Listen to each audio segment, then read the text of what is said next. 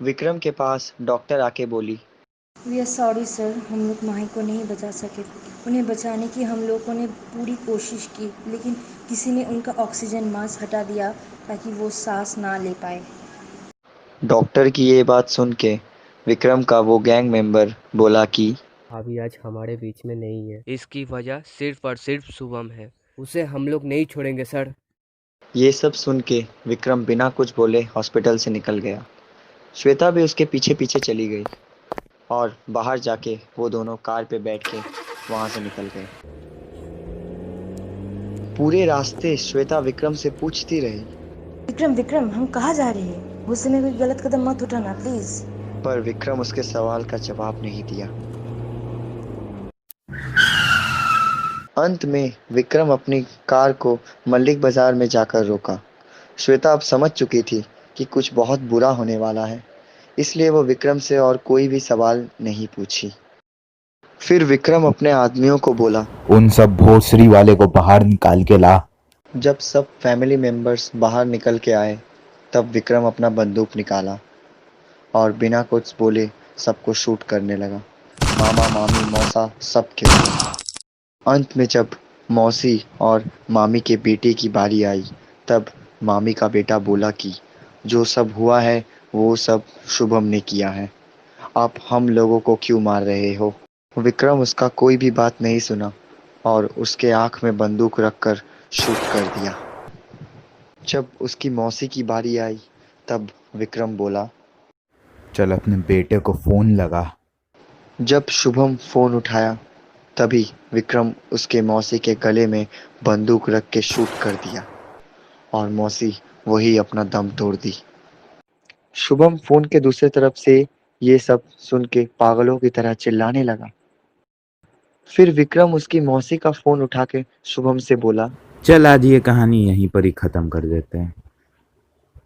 देखते हैं कौन जिंदा बचता है। तू अपने आदमी लेके आ, मैं अपने आदमी लेके आता हूँ बड़ा बाजार के ऊपर 1 घंटे में। और हाँ, अगर तू नहीं आया तो तुझे ढूंढ के मारूंगा इनके ही तरह। कहानी अब अंत की तरफ आ चुकी थी। विक्रम अपने गैंग मेंबर्स को लेके आया और शुभम अपने। लेकिन स्टोरी में ट्विस्ट कहाँ हुआ मालूम है? शुभम जब हावड़ा ब्रिज के ऊपर से आ रहा था, तभी विक्रम ने अचानक शुभम के ऊपर हमला बोल दिया और साला गैंग वार वही हावड़ा ब्रिज के ऊपर ही शुरू हो गया। मैं श्वेता को लेके ब्रिज के बाहर गाड़ी में था। मैं भी विक्रम के साथ रहना चाहता था, ना कि किसी लड़की को हिफाजत करना। पर मैं करता भी क्या?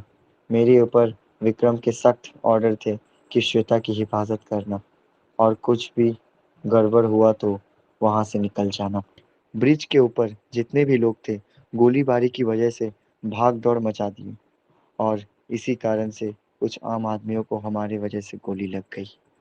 विक्रम और शुभम बिना देरी किए एक दूसरे के ऊपर फायरिंग करने लगे। उस दिन वहां इतना खून बहा कि सामने का गंगा नदी भी फीका पड़ जाए।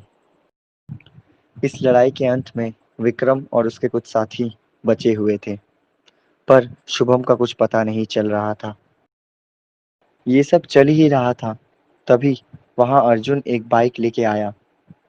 पर तभी शुभम के कुछ आदमी चुपके से वार करने लगे विक्रम के गैंग मेंबर्स के ऊपर।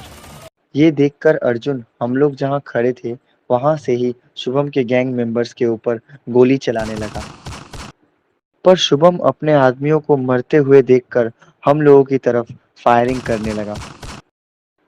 इसलिए मैं श्वेता और अर्जुन को लेकर वहां से निकल गया। अंत में विक्रम के सारे गैंग मेंबर्स मर गए, पर शुभम का अभी भी एक आदमी बचा हुआ था।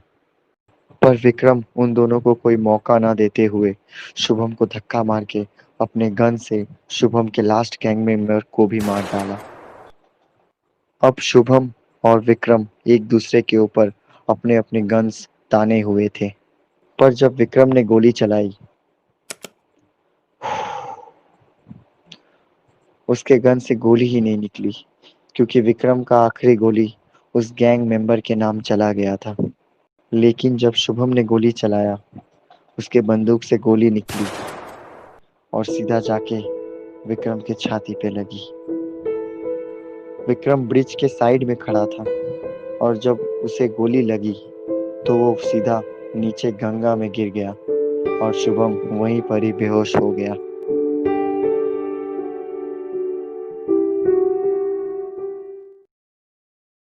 मैं जल्दी से जल्दी श्वेता और अर्जुन को लेके ब्रिज में गया, पर वहां ना तो हमें विक्रम मिला और ना ही शुभम। बाद में हमें पता चला कि शुभम का एक गैंग मेंबर बाहर ही था, तो वो शुभम को बचा के ले गया। हम उसे हर जगह ढूंढे, पर वो हमें कहीं भी नहीं मिला। और आज जब तुम यहाँ विक्रम के बारे में जानने आए, ये देखकर मुझे अच्छा लगा। Thank you. पर ये बात हो के लगभग 10 साल बीत गए और इस पेंडेमिक की सिचुएशन में आपको क्या लगता है, क्या आप उसे ढूंढ पाएंगे? ढूंढ पाएंगे क्या? ढूंढ लिए है। मतलब मतलब यही कि तुझे क्या लगा था तू हम लोगों को ढूंढने यहाँ आया है? अबे चूतिए, सुन, हम तुझे यहाँ पे लेके आए हैं ताकि आज ही तुझे यहाँ पर खत्म कर सके। शुभम।